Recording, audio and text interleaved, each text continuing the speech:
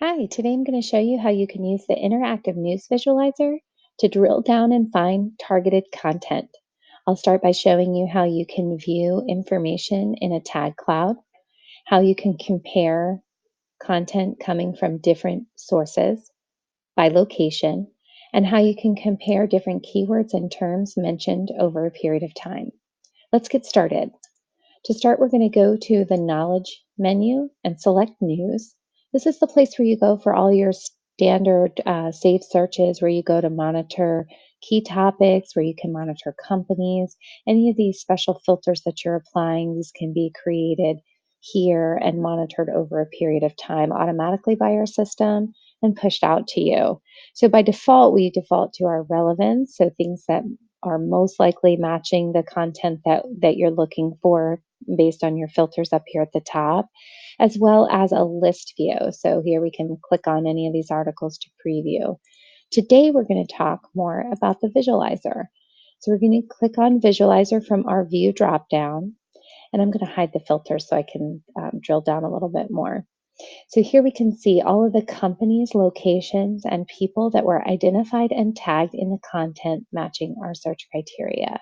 So from here, we can click on, you know, articles over here. These are the top mentioned articles, top news meeting our criteria. We can like it, we can add it to reveal. All the same content or actions that you can do all throughout the system are available here as well.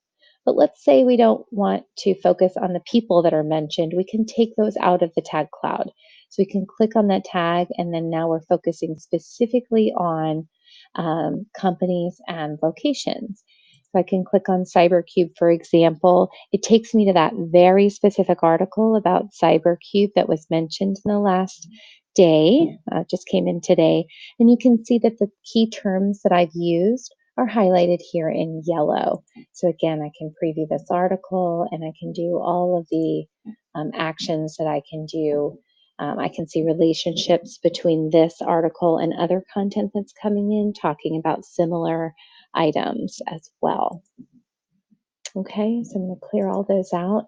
The next thing I'm going to show you is the source map.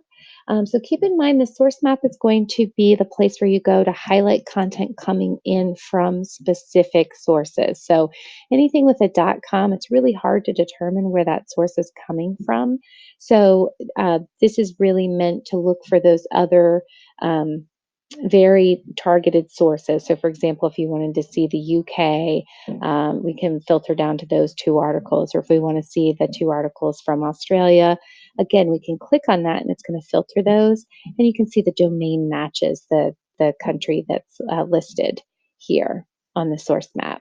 All the other content from any .com is still available through your searches.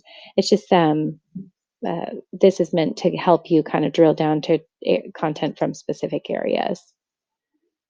So if I go over to the trend line, here's where you can put in terms. You can look at company names, or you can look at um, keywords. Whatever you want to compare, you can do here. By default, what we're looking at is a trend line of just keyword mentions based on your search terms. If I click on compare after entering these company names, we can see the amount of time, the number of times rather, that each company name was mentioned in the content and on what day. So we can compare, for example, on the 19th, Amazon had 14 mentions, whereas Apple only had 5. Again, our key terms are highlighted in yellow over here, and all the same functionality exists over here on the right. The last thing you can do is if you're interested in trying to filter or generate a word cloud, you can click on this. It's going to process all this content.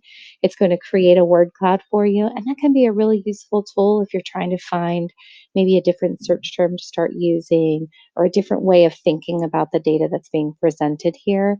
That word cloud's really, really helpful for that, and that's available to you on this as well. So today I've shown you how you can look at the interactive news visualizer, how you can look for the specific source using the source map, how you can compare terms on the trend line.